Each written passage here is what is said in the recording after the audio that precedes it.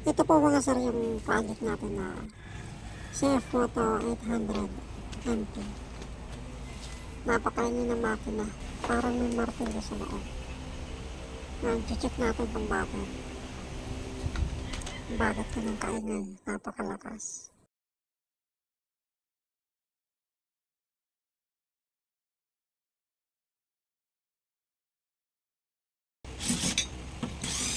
Yan, tingnan natin siyang babaklasin. Nagsimbol naman natin.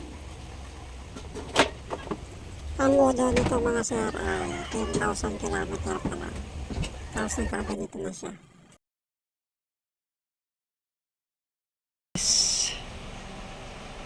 Yan, grabe ang tama. Napakalalim.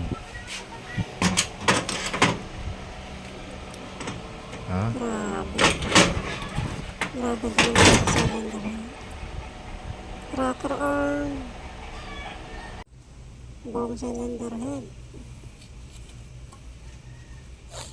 Ngayon naalamin pa natin kung bakit nagkaganyan. Anong dahilan?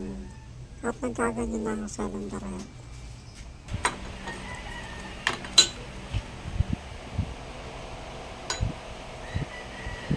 Grabe. Wow. Intake. Yung exhaust. Nako.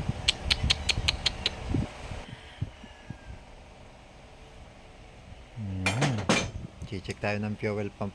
Oil pump.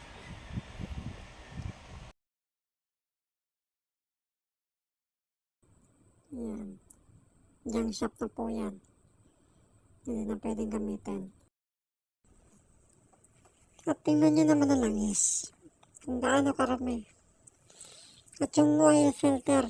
Ito yung tinitignan ko na naging dahilan kung bakit nagkaganon yung cylinder head. Grabe, wala na makadaan na langis dyan. Kaya siguro wala na makaakit na langis sa cylinder head. Wala na ako ibang maisip na dahilan. Ito lang talaga. Dahil lang sa oil filter. Akala mo yung makapal na lumot. Dahil lang dyan, napakalaki ng gagastusin.